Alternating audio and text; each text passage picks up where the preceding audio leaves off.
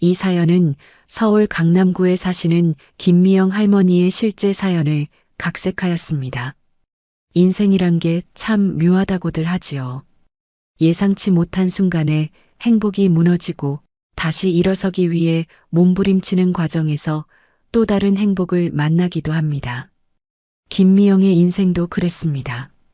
이제는 머리카락이 하얗게 변한 70대의 노부인이 된 미영은 한때 사랑하는 남편과 귀여운 딸 수진과 함께 평범하지만 행복한 나날을 보냈던 젊은 여성이었습니다.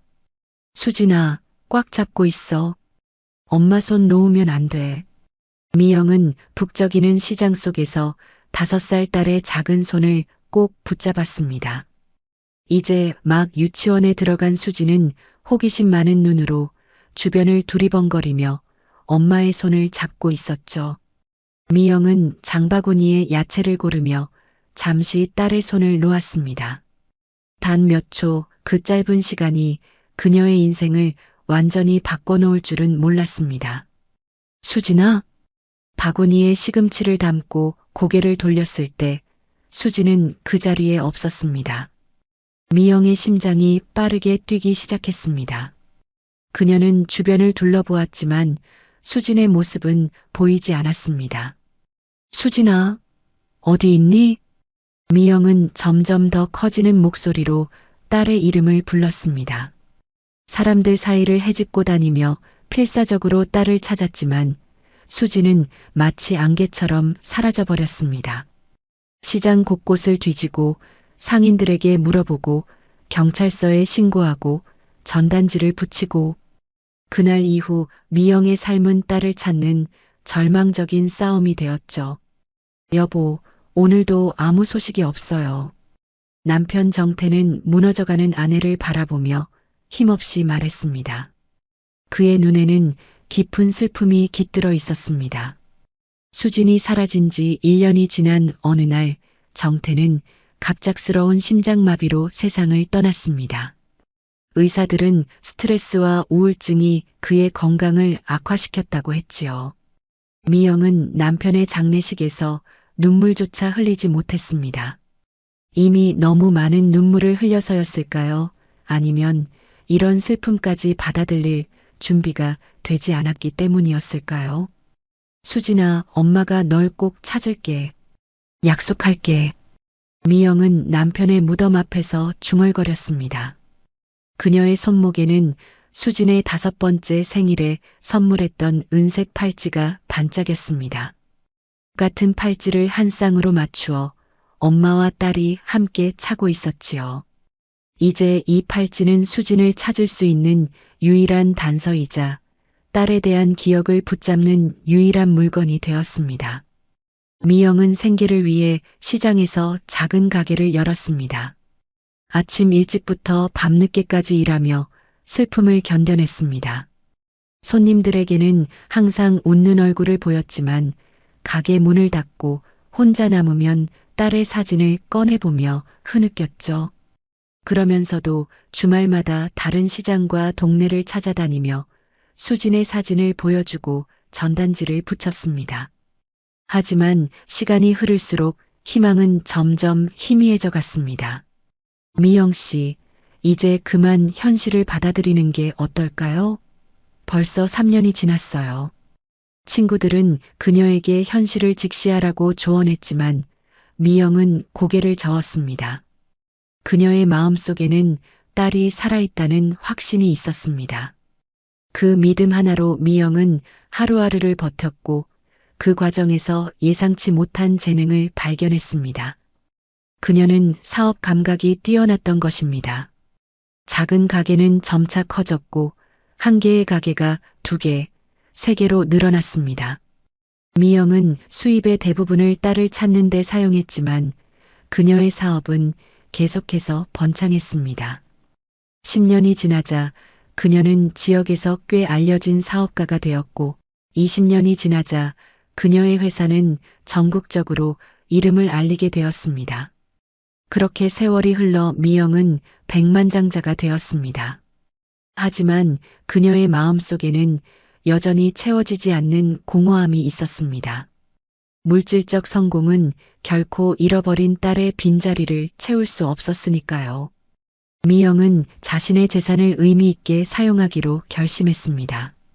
고아원, 입양기관, 실종아동 찾기 단체에 기부하기 시작했고 직접 봉사활동에도 참여했습니다. 할머니, 또 오셨네요. 미영이 정기적으로 방문하는 지역 아동센터의 아이들은 그녀를 반갑게 맞아주었습니다. 미영은 아이들에게 따뜻한 미소를 지어 보였지만 그 눈빛 속에는 여전히 슬픔이 깃들어 있었습니다.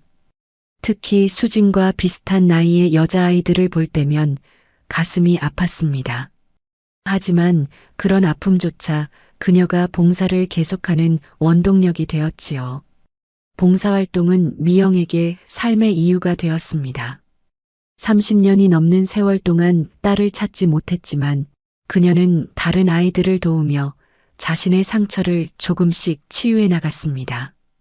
이제 70대가 된 미영은 지역사회에서 자선의 여왕이라 불리며 존경받는 인물이 되었죠.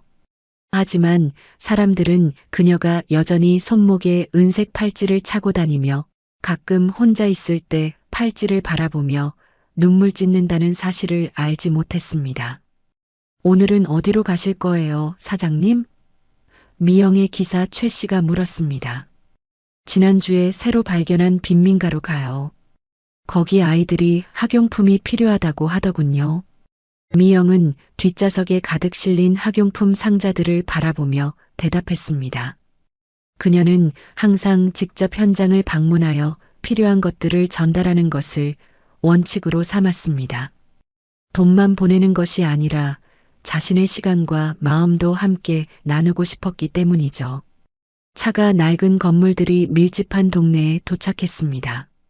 미영은 기사에게 기다리라고 말한 뒤 학용품 상자 하나를 들고 골목으로 들어섰습니다.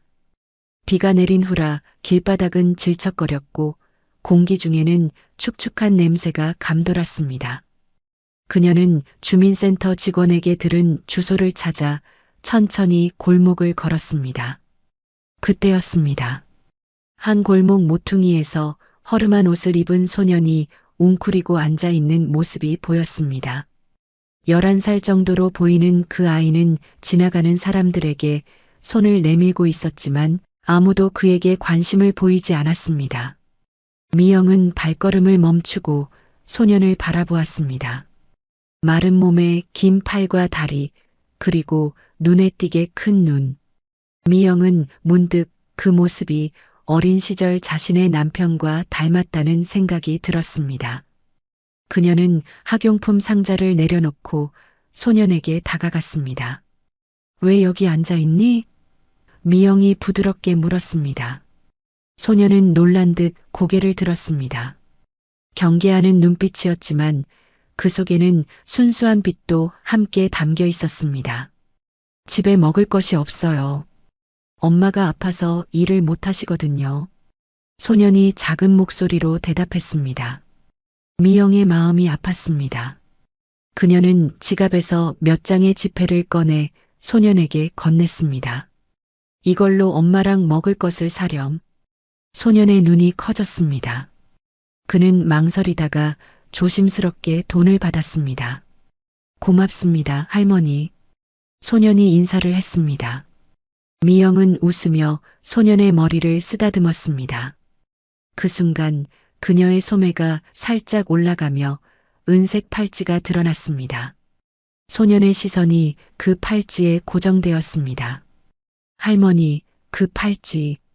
소년이 갑자기 흥분한 목소리로 말했습니다. 우리 엄마도 똑같은 거 가지고 있어요. 미영의 심장이 멈추는 것 같았습니다.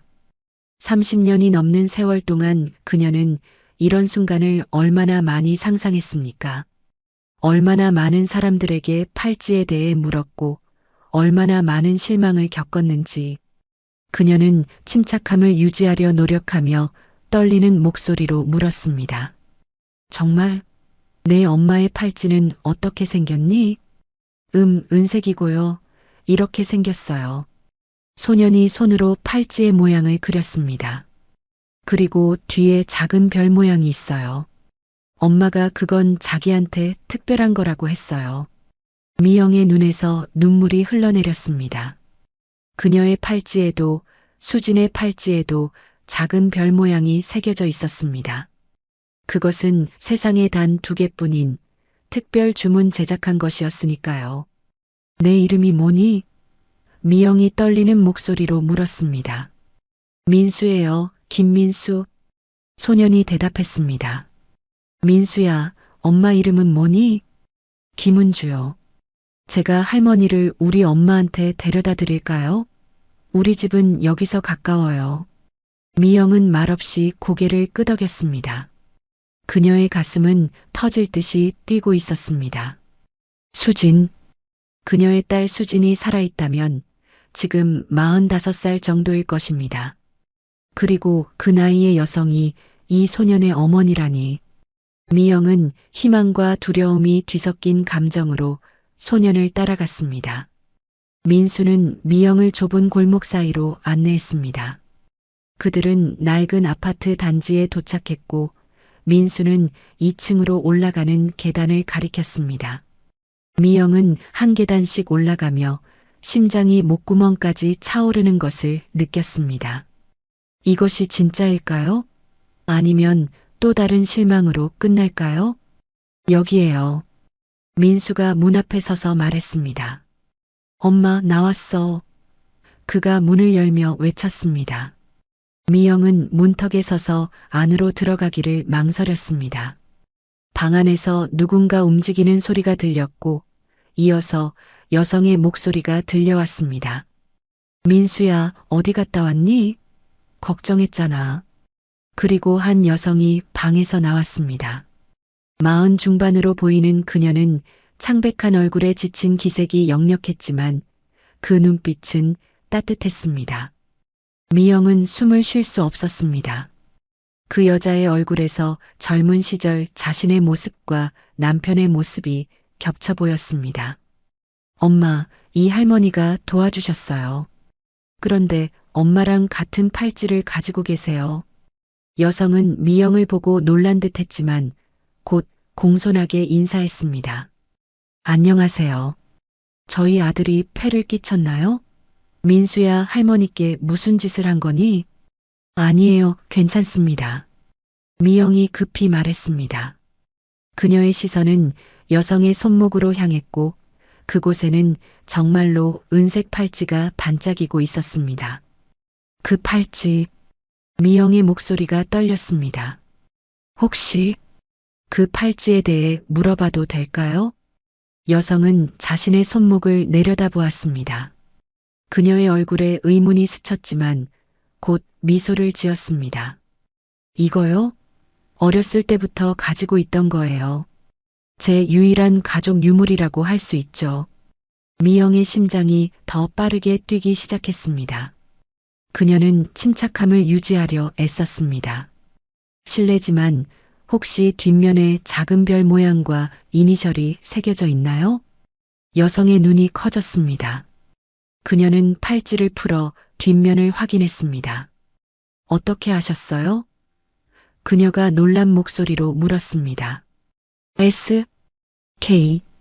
제 본명의 이니셜이에요. 김수진. 미영의 눈에서 눈물이 흘러내렸습니다. 그녀의 다리가 후들거려 곧 주저앉을 것 같았습니다. 수진아. 미영이 속삭였습니다. 내가 정말 우리 수진이니? 은주, 아니 수진은 혼란스러운 표정으로 미영을 바라보았습니다. 그녀의 얼굴에 의심과 경계심이 스쳤습니다. 죄송하지만 제가 누구신지? 미영은 떨리는 손으로 자신의 팔찌를 풀었습니다. 그리고 그것을 수진에게 내밀었습니다. 봐, 똑같지? 이건 쌍둥이 팔찌야. 내가 5살 생일에 선물로 받은 거야. 그날 시장에서 수진의 얼굴이 창백해졌습니다. 그녀는 미영의 팔찌를 받아들고 자신의 것과 나란히 놓았습니다. 두 팔찌는 정확히 같았고 뒷면에는 똑같은 별 모양과 다른 이니셜이 새겨져 있었습니다. 이게 무슨... 수진이 목소리를 떨었습니다. 설마, 어머니? 내가 5살 때 시장에서 잃어버렸어. 그날 이후로 너를 찾아 헤매던 중이었어. 미영의 목소리가 흐느낌으로 끊겼습니다. 35년. 35년 동안 널 찾았단다. 수지는 몸을 떨며 벽에 기대어 섰습니다. 민수는 혼란스러운 눈으로 두 여자를 번갈아 바라보았습니다. 엄마, 무슨 일이에요? 민수가 물었습니다. 수지는 대답하지 못했습니다. 그녀의 눈에는 혼란과 충격, 그리고 희미한 기억의 편린들이 스쳐 지나가는 듯 했습니다. 미영은 조심스럽게 한 걸음 다가갔습니다. 너무 갑작스럽게 나타나서 미안해. 하지만 내 아들이 우연히 내 팔찌를 보고 이건 운명이야. 수지는 여전히 말을 잇지 못했습니다. 미영은 그녀에게 더 이상 부담을 주지 않기로 했습니다. 내가 너무 서두른 것 같구나. 시간이 필요하겠지. 여기 내 연락처를 남길게. 준비가 되면 연락해 주렴. 미영은 가방에서 명함을 꺼내 테이블 위에 올려놓았습니다. 그녀는 마지막으로 수진을 바라보고 문을 향해 돌아섰습니다. 그때 수진이 불렀습니다. 잠시만요. 혹시 제가 어렸을 때 즐겨 부르던 노래가 있나요?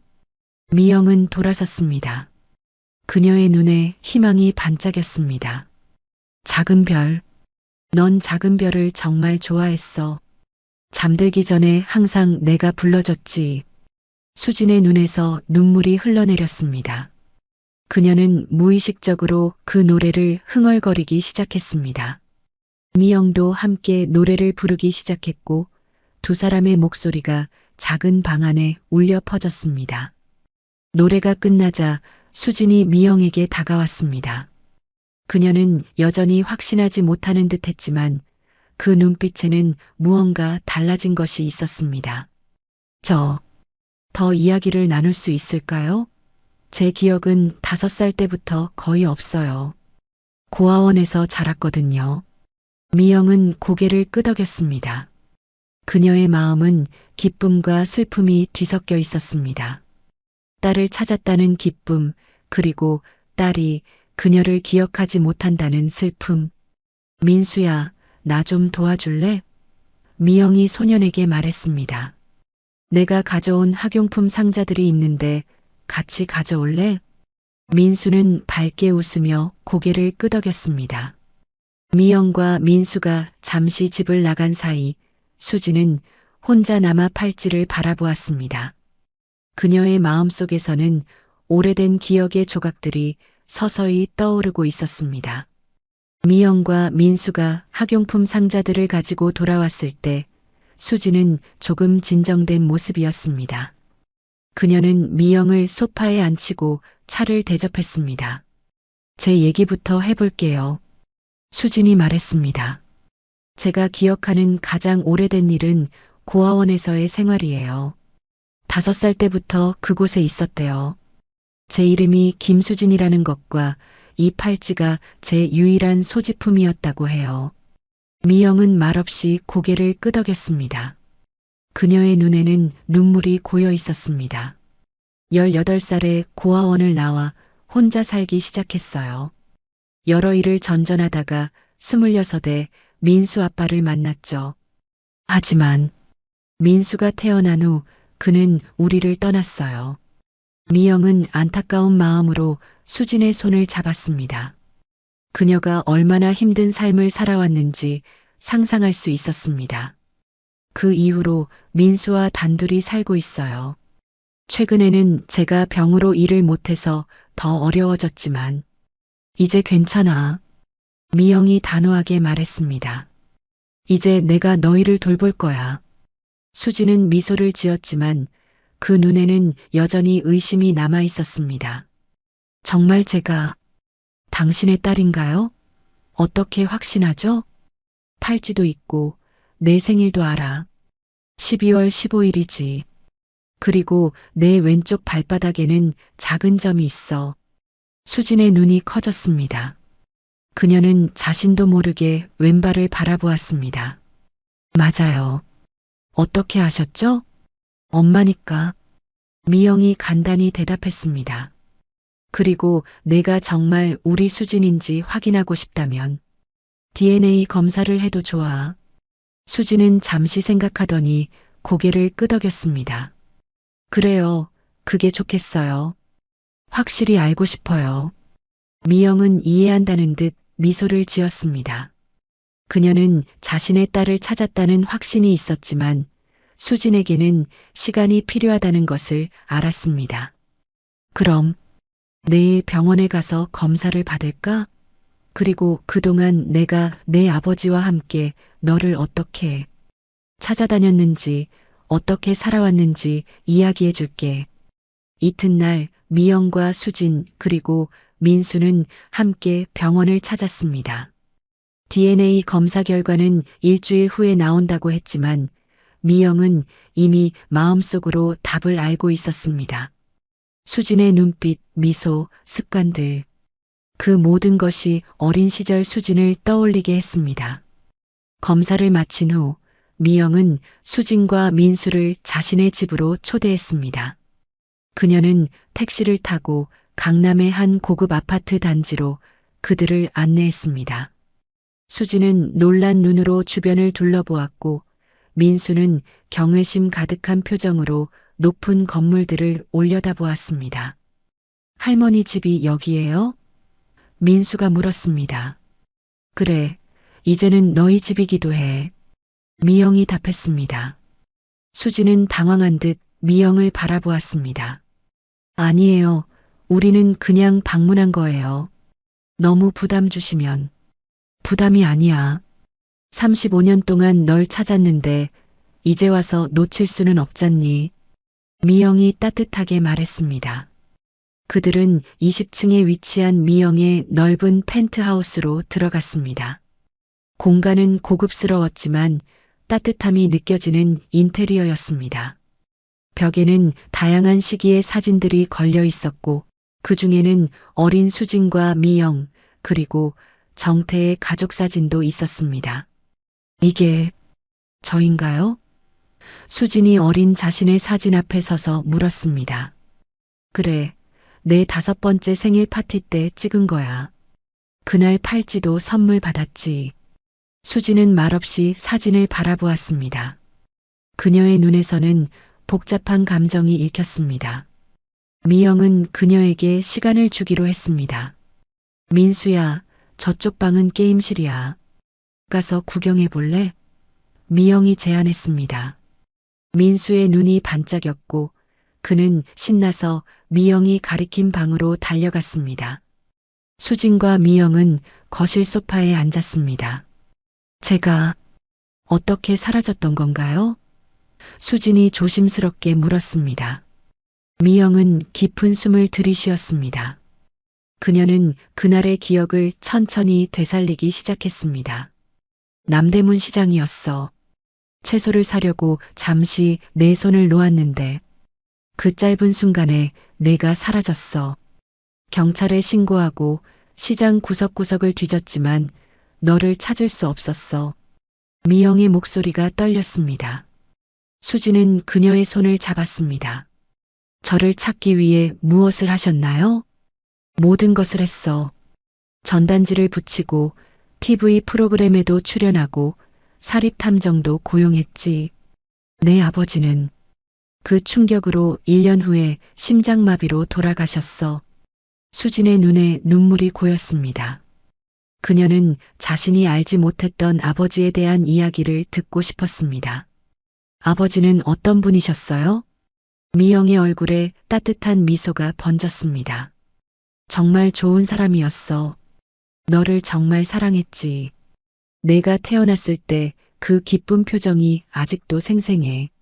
너를 잃은 후로는 웃는 법을 잊어버린 것 같았어.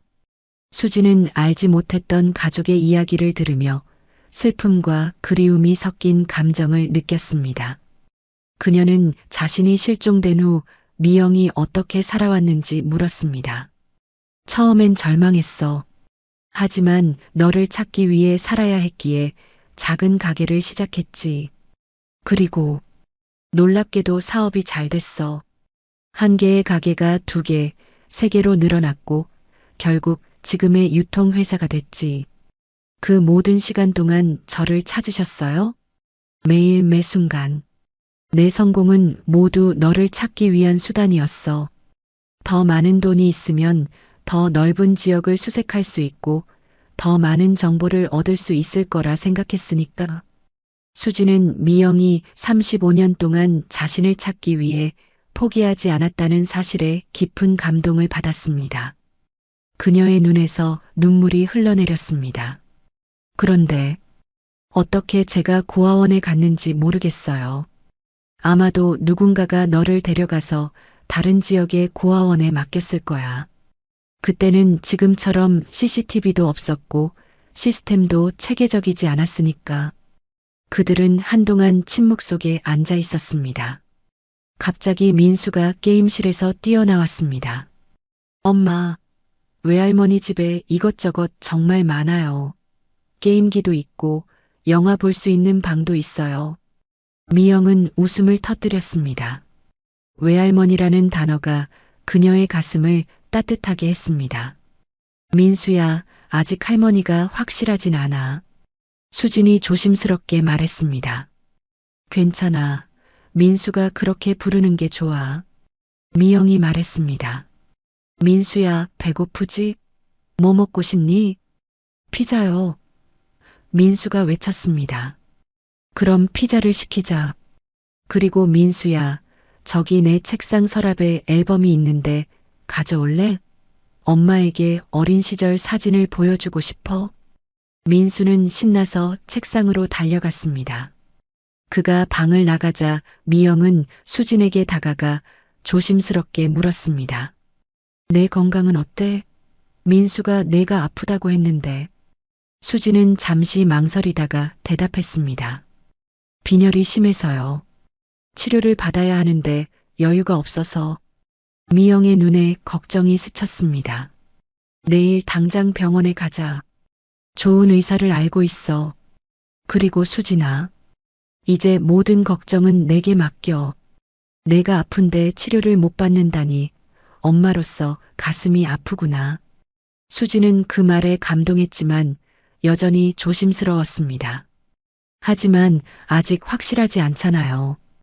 DNA 결과도 안 나왔고 내 마음은 이미 알고 있어. 하지만 내가 안심할 수 있도록 결과를 기다리자. 민수가 커다란 앨범을 들고 돌아왔습니다.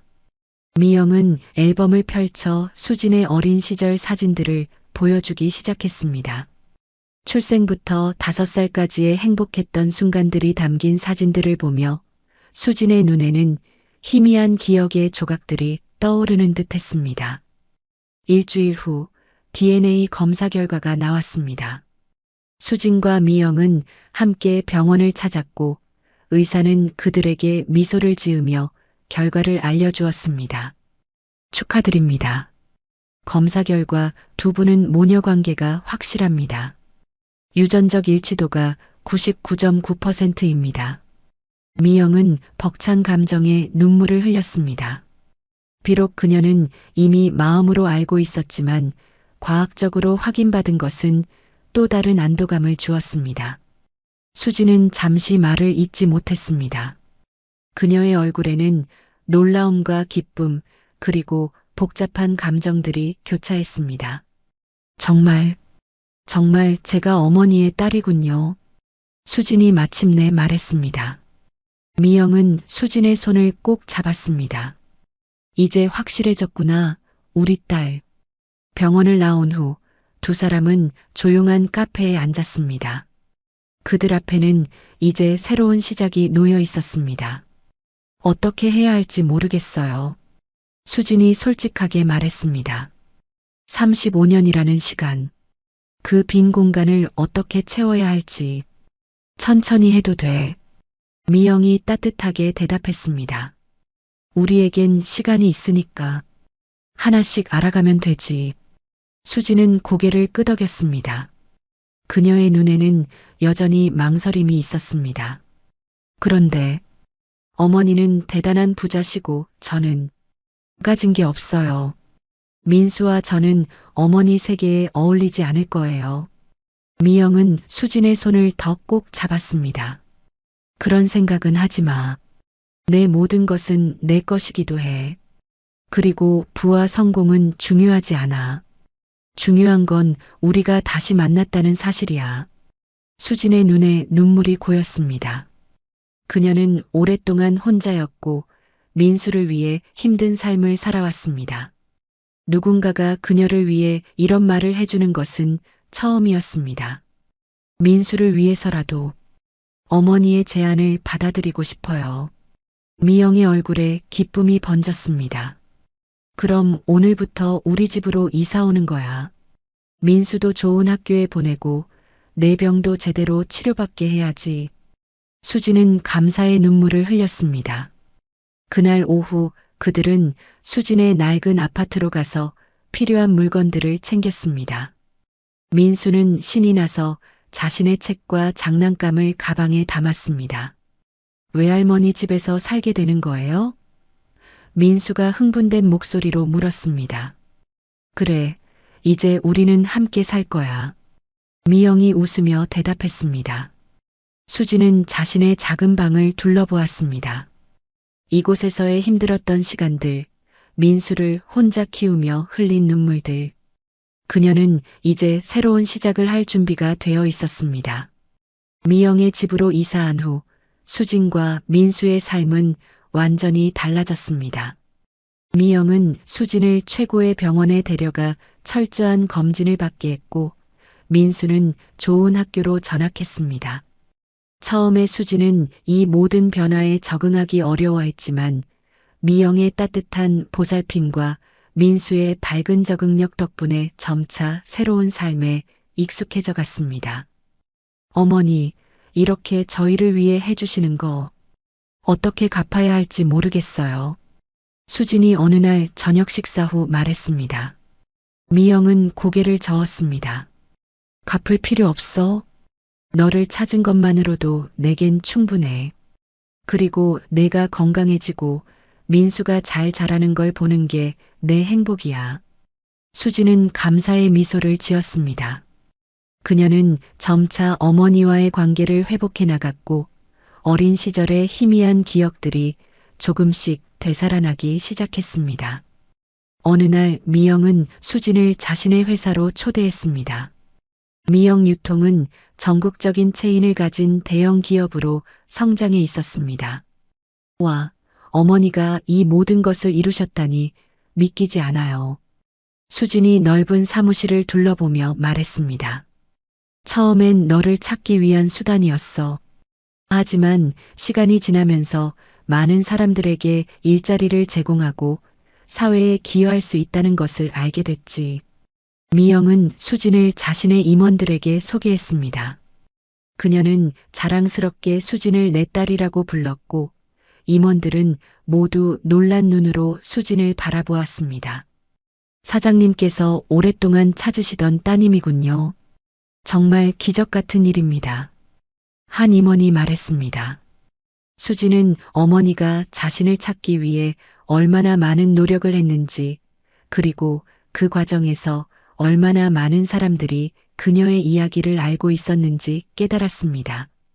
회사 투어를 마친 후 미영은 수진을 자신의 사무실로 안내했습니다. 넓은 책상 위에는 수진의 어린 시절 사진이 놓여 있었습니다. 매일 이 사진을 보며 일했어. 미영이 말했습니다. 내가 어디에 있든 잘 지내길 바라면서. 수진은 깊은 감동을 받았습니다. 그녀는 어머니가 자신을 한순간도 잊지 않았다는 사실에 가슴이 따뜻해졌습니다. 어머니, 저도 이제 무언가 하고 싶어요. 그냥 혜택만 받는 게 아니라 저도 기여하고 싶어요. 미영의 눈이 빛났습니다. 그럼 여기서 일해보는 건 어때? 내가 관심 있는 부서에서 시작할 수 있어. 수진은 잠시 생각하더니 고개를 끄덕였습니다. 좋아요. 제가 배울 수 있는 곳에서 시작하고 싶어요. 미영은 기쁨에 찬 얼굴로 수진을 바라보았습니다. 그녀의 딸이 이제 자신의 옆에서 함께 일하게 된다는 생각에 가슴이 벅차올랐습니다. 한편 민수는 새 학교에서 빠르게 적응하고 있었습니다. 처음에는 부유한 아이들 사이에서 위축되었지만 곧 자신의 밝은 성격으로 친구들을 사귀었습니다. 그는 외할머니의 집에서 살게 된 것을 자랑스러워했고 방과 후에는 종종 회사에 들러 미영과 수진을 방문했습니다. 외할머니, 오늘 학교에서 1등했어요. 민수가 어느 날 시험지를 들고 뛰어들어왔습니다. 미영은 민수를 꼭 안아주었습니다. 우리 민수 정말 자랑스럽구나. 이건 특별한 선물을 받을 일인걸. 수진은 옆에서 미소를 지으며 지켜보았습니다. 그녀는 어머니와 아들이 이렇게 가까워진 것에 감사했습니다. 민수에게는 항상 남자 어른의 역할 모델이 부족했는데 미영이 그 빈자리를 채워주고 있었습니다. 그날 저녁 세 사람은 함께 저녁 식사를 했습니다. 식탁 위에는 수진이 어릴 적 좋아했던 음식들이 가득했습니다. 이건 제가 좋아했던 거예요? 수진이 놀라며 물었습니다. 그래, 된장찌개와 두부전을 특히 좋아했지. 기억나니? 수진은 첫 숟가락을 떠먹고 갑자기 눈물을 흘렸습니다. 기억나요. 아버지가 두부전을 구워주시던 모습이. 미영도 눈물을 참지 못했습니다. 수진의 기억이 돌아오고 있다는 사실에 그녀의 가슴은 기쁨으로 가득 찼습니다. 시간은 빠르게 흘러갔습니다. 수진은 미영 유통에서 마케팅 부서에서 일을 시작했고 그녀의 신선한 아이디어와 열정은 회사에 새로운 활력을 불어넣었습니다. 미영은 딸의 성장을 지켜보며 뿌듯함을 느꼈습니다. 민수는 학교에서 우수한 성적을 거두며 과학에 특별한 관심을 보이기 시작했습니다. 가을이 깊어가던 어느 날 미영은 수진과 민수를 불렀습니다. 이번 주말에 특별한 곳에 가보려고 해. 미영이 말했습니다. 어디요? 민수가 호기심 어린 눈으로 물었습니다. 우리 가족의 역사가 시작된 곳이야. 그 주말 세 사람은 미영의 차를 타고 시골로 향했습니다. 2시간 정도 달린 후 그들은 조용한 마을에 도착했습니다. 여기가 내가 태어나고 자란 곳이야. 미영이 설명했습니다. 내 아버지와 처음 만난 곳이기도 하지. 그들은 작은 언덕 위에 있는 오래된 집 앞에 섰습니다. 집은 낡았지만 정겹게 느껴졌습니다. 이 집을 그대로 보존해뒀어. 가끔 와서 옛날을 생각하곤 했지. 수지는 말없이 집을 바라보았습니다. 그녀의 마음속에서 어떤 기억의 조각이 깨어나는 듯 했습니다. 여기 와본 적이 있는 것 같아요. 수진이 속삭였습니다. 미영의 눈이 빛났습니다. 그래, 내가 3살 때까지 여기서 살았어. 그 후에 서울로 이사했지. 그들은 집 안으로 들어갔습니다. 내부는 깨끗하게 관리되어 있었고 오래된 가구들은 그대로 보존되어 있었습니다. 벽에는 젊은 시절의 미영과 정태, 그리고 아기 수진의 사진들이 걸려 있었습니다. 이분이 아버지인가요? 수진이 정태의 사진 앞에 서서 물었습니다. 그래, 내 아버지야. 너를 너무 사랑했어. 미영의 목소리가 떨렸습니다. 민수는 할아버지의 사진을 유심히 바라보았습니다. 외할아버지랑 저랑 닮았어요. 미영은 미소를 지었습니다. 그래, 정말 닮았구나. 특히 눈이. 그들은 함께 집안을 둘러보았습니다. 수지는 자신의 어린 시절 방에 들어서자 갑자기 눈물을 흘렸습니다. 여기서 아버지가 그림책을 읽어주셨던 기억이 나요. 미영은 놀라움과 기쁨으로 수진을 바라보았습니다. 수진의 기억이 점점 더 선명해지고 있었습니다. 그날 밤 그들은 오래된 집에서 하룻밤을 보내기로 했습니다. 미영은 정성스럽게 저녁 식사를 준비했고 세 사람은 따뜻한 분위기 속에서 식사를 했습니다. 어머니, 궁금한 게 있어요. 수진이 말했습니다. 아버지는 제가 사라진 후 어떻게 지내셨나요? 미영은 잠시 말을 고르다가 대답했습니다. 힘들어했어. 매일 밤 내 방에 들어가 내 인형들을 정리하고 마치 내가 돌아올 것처럼 모든 것을 준비했지. 하지만 점점 더 우울해지셨고 결국 심장마비로. 수지는 고개를 숙였습니다. 그녀는 자신이 알지 못했던 아버지에 대한 그리움이 가슴 깊이 자리 잡는 것을 느꼈습니다. 아버지의 무덤에 가볼 수 있을까요? 다음 날 아침 그들은 마을 근처의 작은 묘지를 찾았습니다. 정태의 묘비 앞에 선 수지는 조용히 기도했습니다. 미영은 그녀 옆에 서서 함께 묵념했고 민수는 그들의 뒤에서 존경스러운 눈으로 지켜보았습니다. 아버지, 제가 돌아왔어요. 오랜 시간이 걸렸지만 이제 어머니와 함께 있어요. 걱정 마세요. 수진의 목소리가 떨렸습니다. 미영은 딸의 어깨를 감싸 안았습니다. 내 아버지가 지금 우리를 보고 있다면 정말 행복해 하실 거야. 그들은 서울로 돌아오는 길에 조용히 각자의 생각에 잠겼습니다. 미영은 지난 35년간의 여정을 되돌아보았습니다. 딸을 잃은 슬픔, 남편을 잃은 고통, 그리고 혼자서 사업을 일구며 딸을 찾아 헤맨 시간들. 그 모든 것이 이제 의미를 찾은 듯 했습니다. 수지는 자신의 과거와 현재가 연결되는 느낌을 받았습니다. 고아원에서의 외로웠던 시간들, 홀로 민수를 키우며 겪었던 어려움들, 그리고 이제 찾은 어머니와의 새로운 살. 그녀는 이제야 완전한 자신을 찾은 듯 했습니다. 민수는 창밖을 바라보며 자신의 미래를 상상했습니다. 외할머니와 엄마와 함께하는 새로운 삶에서 그는 더 많은 꿈을 꿀 수 있게 되었습니다. 서울로 돌아온 후 미영은 수진에게 중요한 제안을 했습니다. 수진아, 내가 너에게 회사의 일부를 물려주고 싶어. 내가 내 옆에서 함께 일하면서 점차 경영을 배웠으면 해. 수진은 놀라움에 말을 잇지 못했습니다. 하지만 어머니, 저는 아직 경험이 부족해요. 그런 중요한 책임을 맡을 준비가 안 됐어요. 괜찮아. 내가 옆에서 도울 거야. 그리고 내가 생각하는 것보다 내 능력은 뛰어나. 이미 마케팅 부서에서 훌륭한 성과를 보여줬잖아. 수지는 감사의 마음으로 고개를 끄덕였습니다. 노력해 볼게요, 어머니. 그날 저녁 미영은 자신의 서재에서 오래된 상자를 꺼냈습니다. 그 안에는 수진이 실종된 후 미영이 쓴 일기장들이 가득했습니다. 이건 내게 주고 싶은 것들이야. 미영이 수진에게 상자를 건넸습니다. 내가 너를 찾기 위해 어떤 마음으로 살아왔는지 알 수 있을 거야. 수진은 조심스럽게 일기장들을 펼쳐보았습니다.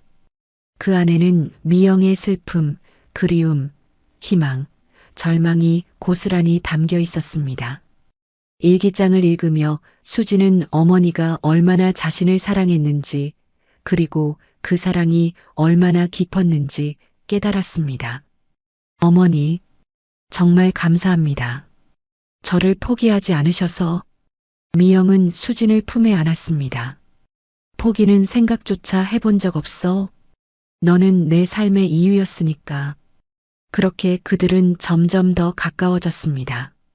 수지는 회사에서 더 많은 책임을 맡기 시작했고 미영은 그녀에게 경영의 지혜를 전수했습니다.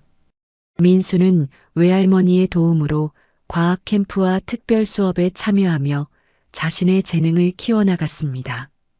어느 날 미영은 수진에게 특별한 제안을 했습니다. 내가 하고 있는 자선 활동에 내가 함께 참여했으면 해. 특히 실종 아동을 찾는 일에. 수진의 눈이 빛났습니다. 정말 좋은 생각이에요. 저와 같은 경험을 한 아이들을 돕고 싶어요. 그렇게 그들은 미영수진 재단을 설립했습니다.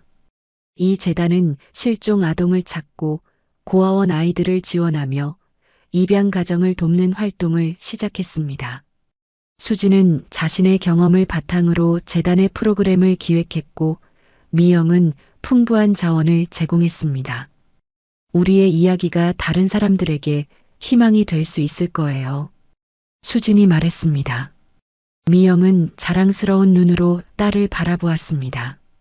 그녀가 상실과 아픔 속에서도 다른 사람들을 생각하는 따뜻한 마음을 가지고 있다는 사실에 가슴이 벅차올랐습니다. 미영수진 재단의 설립 소식은 빠르게 퍼져나갔습니다. 많은 언론이 이들의 감동적인 재회 이야기를 다루었고 그것은 사람들에게 희망의 메시지를 전달했습니다. 35년 만에 재회한 모녀의 이야기는 많은 이들의 마음을 울렸고 실종 아동을 찾는 활동에 더 많은 관심이 쏟아졌습니다. 어머니, 오늘 또 다른 가족이 재회했어요. 수진이 사무실로 뛰어들어와 기쁨에 찬 목소리로 외쳤습니다. 미영은 안경을 벗으며 미소를 지었습니다. 정말? 어떤 사례였니? 12년 전에 실종된 아들을 찾은 가족이에요. 우리 재단의 DNA 데이터베이스 덕분에 찾을 수 있었어요. 미영의 눈에 기쁨의 눈물이 고였습니다. 그들이 시작한 일이 실제로 다른 가족들에게 희망을 주고 있다는 사실에 가슴이 벅차올랐습니다. 재단은 빠르게 성장했습니다. 그들은 전국적인 네트워크를 구축하고 최신 기술을 활용한 실종자 찾기 시스템을 개발했습니다.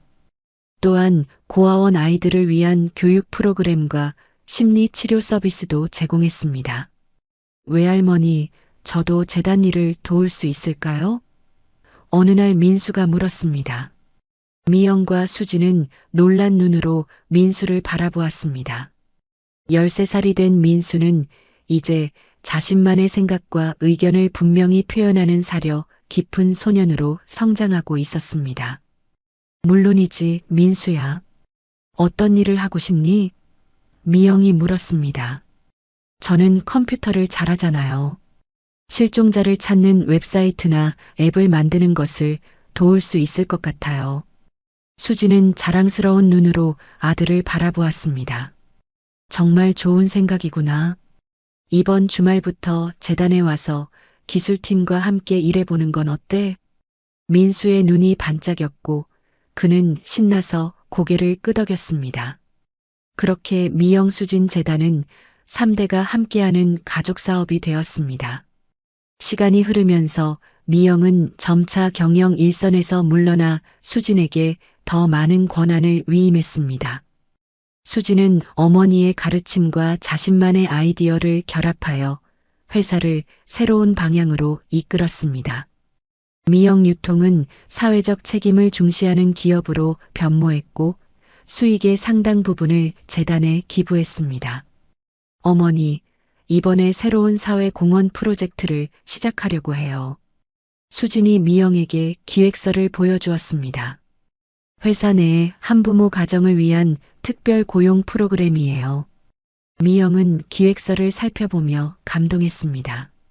수진은 자신의 경험을 바탕으로 다른 이들을 돕는 일에 진심을 다하고 있었습니다.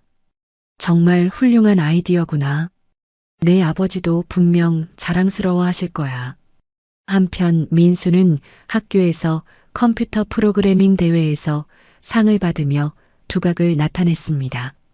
그는 재단을 위한 실종자 찾기 앱을 개발하는 프로젝트에 참여하여 중요한 역할을 담당했습니다. 민수의 앱 덕분에 올해만 5가족이 재회했어요. 수진이 자랑스럽게 말했습니다. 우리 아들이 정말 대단해요. 미영은 손자를 자랑스럽게 바라보았습니다. 그녀의 삶은 이제 완벽했습니다. 딸을 되찾았고 손자와 함께 의미 있는 일을 하고 있었습니다. 그녀가 35년 동안 꿈꿔왔던 모든 것이 현실이 되었습니다. 어느 날 미영은 자신의 침실에 있는 작은 상자를 열었습니다. 그 안에는 수진의 어린 시절 물건들이 고이 보관되어 있었습니다. 인형들, 그림책, 그리고 수진이 그렸던 그림들.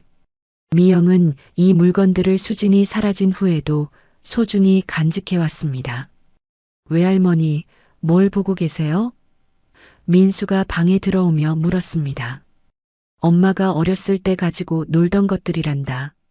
민수는 호기심 어린 눈으로 상자를 들여다보았습니다.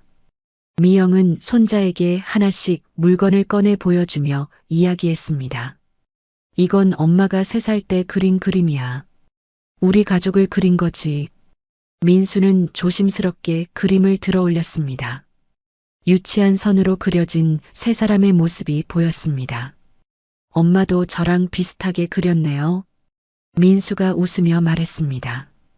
미영은 민수의 머리를 쓰다듬었습니다. 그녀는 이 순간이 얼마나 소중한지 깨달았습니다. 수십 년 동안 그녀는 이런 평범한 행복을 꿈꿔왔습니다. 손자에게 딸의 어린 시절을 이야기해 주는 것, 그것은 그녀에게 있어 가장 큰 축복이었습니다. 그때 수진이 방에 들어왔습니다. 여기 계셨군요. 저녁 식사 준비가 됐어요. 수진은 미영과 민수가 보고 있던 상자를 발견하고 가까이 다가왔습니다. 이게 다 제 물건들인가요? 그래, 내가 사라진 후에도 모두 보관해뒀단다. 언젠가 내가 돌아올 거라고 믿었으니까. 수진은 상자 속 물건들을 하나씩 꺼내보았습니다. 그녀의 눈에 눈물이 고였습니다. 이 인형, 기억나요? 아버지가 생일에 사주셨죠? 미영은 놀라움에 눈을 크게 떴습니다. 그래, 내 4번째 생일에 아버지가 선물해 주셨어. 내가 그걸 기억하다니. 조금씩 기억이 돌아오고 있어요. 꿈에서도 종종 어린 시절 모습이 보여요. 미영은 수진을 꼭 안아주었습니다. 그들의 상처는 조금씩 치유되고 있었고 잃어버린 시간의 빈자리를 새로운 추억으로 채우고 있었습니다. 그날 저녁 그들은 함께 식사를 하며 웃음꽃을 피웠습니다. 미영은 자신의 딸과 손자와 함께하는 이 순간들이 인생에서 가장 소중한 선물이라고 생각했습니다. 다음 주에 재단의 창립 1주년 기념 행사가 있어요. 수진이 말했습니다. 특별한 계획이 있으신가요, 어머니? 미영은 잠시 생각에 잠겼다가 대답했습니다. 우리 이야기를 책으로 만들어 출판하는 건 어떨까? 다른 가족들에게 희망을 줄 수 있을 것 같아. 수진과 민수의 눈이 반짝였습니다. 정말 좋은 생각이에요. 수진이 감탄했습니다. 제가 사파를 그릴 수 있어요. 민수가 자원했습니다. 미영은 따뜻한 미소를 지었습니다. 그녀의 가족이 함께 이 프로젝트를 진행한다는 생각에 가슴이 벅차올랐습니다. 그리고 한 가지 더 생각 중이야. 미영이 조심스럽게 말했습니다. 우리가 살고 있는 이 집을 미영 수진 쉼터로 개조해서 일시적으로 가정이 필요한 아이들을 위한 공간으로 만들면 어떨까? 수진은 놀란 눈으로 어머니를 바라보았습니다. 하지만 어머니, 이 집은 어머니의 소중한 공간이잖아요. 이제는 더 많은 아이들에게 가정의 따뜻함을 나눠주고 싶구나. 우리는 새 집으로 이사해도 되잖아. 수진은 감동으로 어머니의 손을 잡았습니다. 미영의 끝없는 사랑과 나눔의 정신에 깊은 존경심을 느꼈습니다. 어머니는 정말 대단하세요. 어머니처럼 되고 싶어요. 미영은 딸의 말에 감동했습니다. 그녀의 인생은 슬픔과 상실로 시작되었지만 이제는 사랑과 희망으로 가득 찬 새로운 장이 열리고 있었습니다. 재단의 창립 1주년 기념 행사는 성대하게 치러졌습니다. 서울의 큰 호텔 연회장에는 많은 사람들이 모였습니다. 미영과 수진은 나란히 단상에 섰고 민수는 자랑스럽게 그들 옆에 서 있었습니다. 세 세대가 함께 서 있는 모습은 많은 사람들에게 감동을 주었습니다. 오늘 이 자리에 함께 해주신 모든 분들께 진심으로 감사드립니다. 미영이 마이크를 잡고 말했습니다. 1년 전 저희 재단은 하나의 작은 희망에서 시작되었습니다. 그 희망은 바로 가족의 소중함과 절대 포기하지 않는 사랑의 힘이었습니다. 미영은 잠시 숨을 고르고 계속했습니다. 35년 동안 저는 제 딸을 찾아 헤맸습니다. 그리고 기적적으로 다시 만났을 때 우리는 결심했습니다. 우리의 경험이 다른 가족들에게도 희망이 될 수 있도록 돕자고요. 수진이 어머니의 손을 잡고 한 걸음 앞으로 나섰습니다. 지난 1년 동안 우리 재단은 23가족의 재회를 도왔습니다. 또한 100여 명의 고아원 아이들에게 교육과 심리치료 서비스를 제공했습니다. 하지만 이것은 시작에 불과합니다. 수지는 청중을 바라보며 계속했습니다. 오늘 우리는 새로운 프로젝트를 발표하고자 합니다. 미영수진 쉼터라는 이름의 일시적 보호시설을 설립하여 가정이 필요한 아이들에게 따뜻한 공간을 제공할 예정입니다. 청중들은 열렬한 박수로 화답했습니다. 행사장 한쪽에서는 미영과 수진의 이야기를 담은 책 은색 팔찌가 처음으로 공개되었습니다. 민수가 그린 아름다운 사파가 담긴 이 책은 행사에 참석한 모든 이들에게 무료로 배포되었습니다. 행사가 끝난 후 한 노부부가 미영에게 다가왔습니다. 김 사장님, 정말 감동적인 이야기였습니다. 노인이 떨리는 목소리로 말했습니다. 저희도 20년 전 딸을 잃었습니다. 그동안 포기하려고 했지만 오늘 사장님의 이야기를 듣고 다시 희망을 가지게 되었습니다. 미영은 노부부의 손을 꼭 잡았습니다. 절대 포기하지 마세요. 기적은 언제든 일어날 수 있습니다. 저희 재단이 도와드리겠습니다. 그날 밤 미영과 수진 그리고 민수는 집으로 돌아와 테라스에 함께 앉았습니다. 서울의 밤하늘에는 별들이 반짝이고 있었고 그들의 마음은 기쁨과 감사로 가득 찼습니다. 오늘 정말 뜻깊은 날이었어요. 수진이 말했습니다. 그래, 우리 가족의 새로운 출발이기도 하지. 미영이 대답했습니다. 민수는 하늘을 올려다보다가 문득 물었습니다. 외할머니, 왜 은색 팔찌를 선물로 골랐어요? 다른 것도 많았을 텐데. 미영은 미소를 지으며 자신의 팔찌를 바라보았습니다. 그건 내가 내 외할아버지를 처음 만났을 때의 이야기와 관련이 있단다. 미영의 눈에는 옛 추억이 떠올랐습니다. 내가 19살 때였어. 시골 마을의 작은 축제에서 내 외할아버지를 만났지.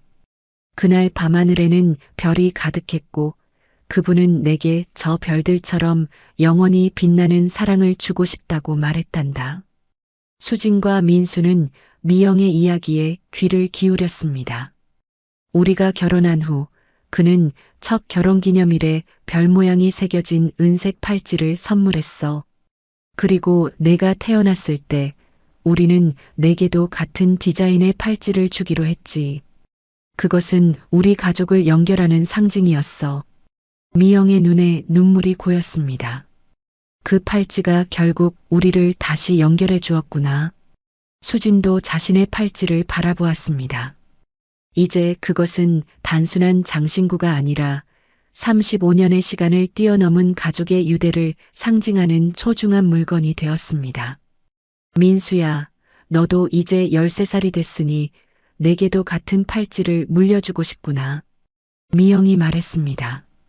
미영은 조심스럽게 작은 상자를 꺼냈습니다. 그 안에는 수진과 미영의 것과 똑같은 디자인의 작은 은색 팔찌가 들어 있었습니다.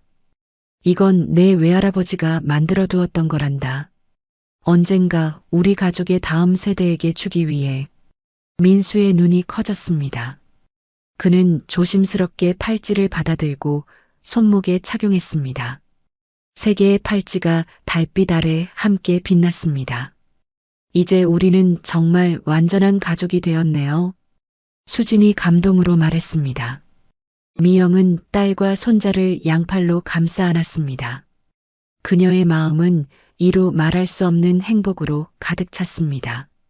그로부터 몇 개월 후 미영 수진 쉼터가 공식적으로 문을 열었습니다. 미영의 옛집은 따뜻하고 아늑한 공간으로 탈바꿈했고 5명의 아이들이 첫 입소자로 이곳에서 생활하기 시작했습니다. 미영, 수진 그리고 민수는 매주 주말마다 쉼터를 방문했습니다. 미영은 아이들에게 이야기를 들려주었고 수진은 학습을 도왔으며 민수는 컴퓨터 사용법을 가르쳐 주었습니다. 그들에게 이 일은 단순한 봉사가 아니라 자신들이 받은 축복을 나누는 소중한 시간이었습니다. 어느 날 쉼터의 한 아이가 미영에게 물었습니다. 할머니, 저도 언젠가 가족을 찾을 수 있을까요? 미영은 아이의 머리를 쓰다듬으며 대답했습니다. 그럼 물론이지. 그때까지 우리가 내 가족이 되어줄게. 미영의 말에 아이의 눈에는 희망의 빛이 반짝였습니다. 그것은 미영이 35년 동안 자신의 눈에 간직했던 것과 같은 빛이었습니다. 절대 포기하지 않는 희망의 빛. 가을이 깊어가던 어느 날 미영은 조용히 정태의 묘소를 찾았습니다. 그녀는 묘비 앞에 무릎을 꿇고 이야기했습니다. 여보, 우리 수진이를 찾았어요. 당신이 그토록 사랑했던 딸이 이제 내 곁에 있어요. 그리고 민수라는 멋진 손자도 있답니다. 당신이 정말 자랑스러워할 만한 아이예요. 미영의 눈에서는 눈물이 흘러내렸지만 그것은 슬픔의 눈물이 아니라 감사와 행복의 눈물이었습니다. 우리가 시작한 일들이 많은 사람들에게 희망을 주고 있어요. 당신도 하늘에서 지켜보고 있겠죠? 미영은 묘비에 작은 은색별을 올려놓았습니다. 그것은 그들의 팔찌에 새겨진 것과 같은 모양이었습니다. 당신의 사랑이 지금도 우리 가족을 비추고 있어요. 영원히. 미영이 묘소를 떠나려 할 때 멀리서 수진과 민수가 그녀를 향해 걸어오고 있었습니다. 세 사람의 손목에는 똑같은 은색 팔찌가 반짝이고 있었고 그들의 마음속에는 같은 사랑이 흐르고 있었습니다. 미영은 딸과 손자를 향해 걸어가며 생각했습니다. 인생은 때로 우리에게 견디기 힘든 상실과 고통을 안겨주지만 진정한 사랑은 그 어떤 시간과 거리도 초월한다는 것을. 그리고 절대 포기하지 않는 희망은 결국 가장 아름다운 기적을 만들어낸다는 것을. 그녀의 손목에서 은색 팔찌가 햇빛에 반짝였습니다. 이제 그것은 더 이상 슬픔과 그리움의 상징이 아니라 다시 찾은 행복과 영원한 가족의 유대를 의미했습니다. 미영의 인생은 완전해졌고 그녀의 마음은 평화로움으로 가득 찼습니다. 수진과 민수가 그녀에게 다가와 함께 손을 잡았습니다. 세 사람은 말없이 서로를 바라보았습니다. 그들의 눈빛 속에는 모든 말보다 더 깊은 사랑과 감사가 담겨 있었습니다. 집에 가자. 미영이 마침내 말했습니다. 그렇게 그들은 함께 새로운 추억과 희망이 기다리는 집으로 향했습니다. 은색 팔찌의 별들이 그들의 길을 밝혀주는 듯 했습니다.